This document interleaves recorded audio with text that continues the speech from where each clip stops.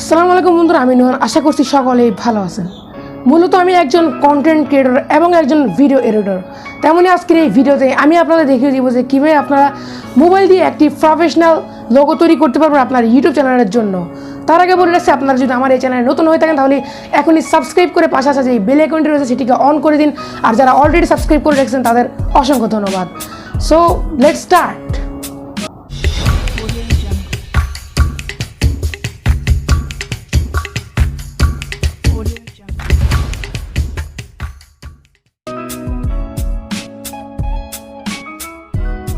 So viewers, প্রথমে আপনারা Pixellab অ্যাপ্লিকেশনটি ওপেন করে নেবেন।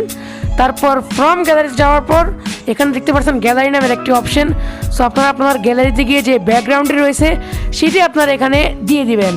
সো আমি আমার ব্যাকগ্রাউন্ডটি নিয়ে নিচ্ছি।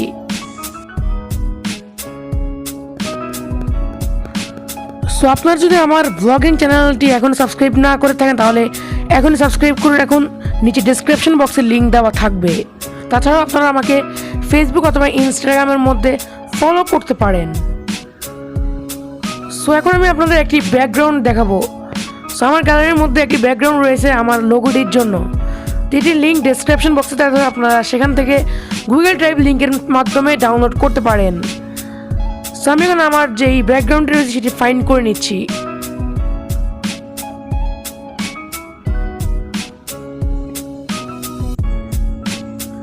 সো বন্ধুরা, দেখতে পাচ্ছেন আমাদের এই ব্যাকগ্রাউন্ডটি।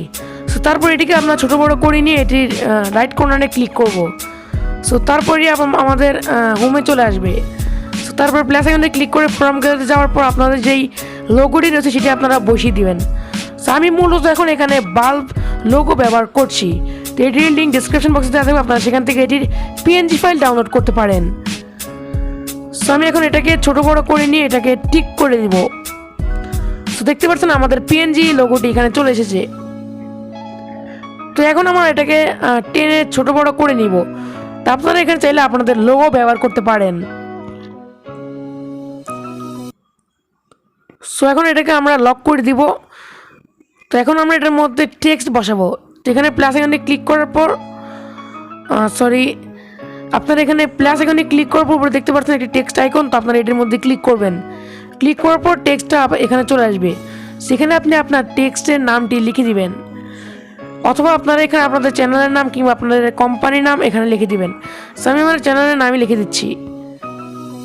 সো নাম লেখার পর এখানে ডানের মধ্যে আপনারা ক্লিক করবেন, তারপর ওকেতে ক্লিক করবেন। তারপর আপনাদের যেই টেক্সটটি রয়েছে সেটি আপনার হোমের মধ্যে চলে আসবে।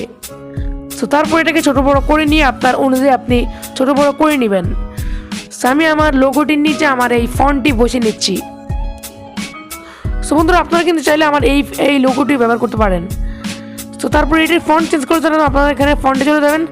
সো দেওয়ার পর এখানে আপনারা অনেকগুলো ফন্ট দেখতে পারবেন। তো আমি এখানে মূলত যেই ফন্টটি ইউজ করছি সেটির নাম হচ্ছে, উপরে গেলে দেখতে পারবেন এখানে বোগালো রেগুলার নামে একটি ফন্ট রয়েছে। তো আমি মূলত এখন এখানে এটি ইউজ করছি। তা আপনারা তাহলে অন্যান্য ফন্টও ইউজ করতে পারেন। সো এটিকে আরেকটু প্রফেশনাল করার জন্য আপনি এটির মধ্যে ক্লিক করবেন। সো ক্লিক করার পর এখানে নিচে দেখতে পারবেন রয়েছে স্পেসিং নামের একটি অপশন।